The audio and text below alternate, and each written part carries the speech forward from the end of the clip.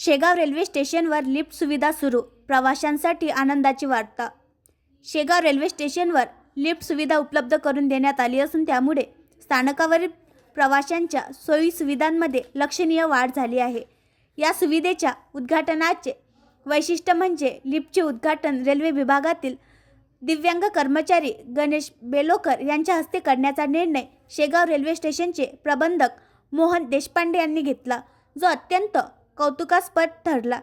त्यांच्या या निर्णयाने उपस्थित अधिकारी, कर्मचारी आणि प्रवासी वर्गाने त्यांचे अभिनंदन केले।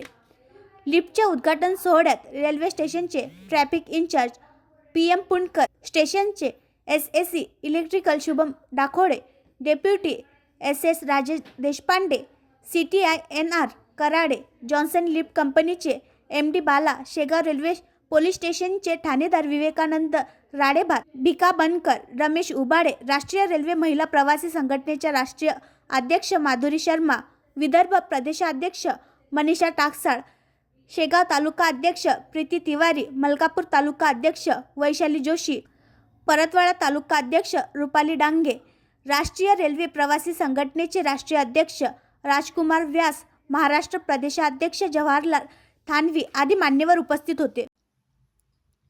आणखी नवीन व्हिडिओ पाहण्यासाठी आमच्या देशमुख एक्सप्रेस न्यूज चॅनलला सबस्क्राईब करा, लाईक करा आणि शेअर करा।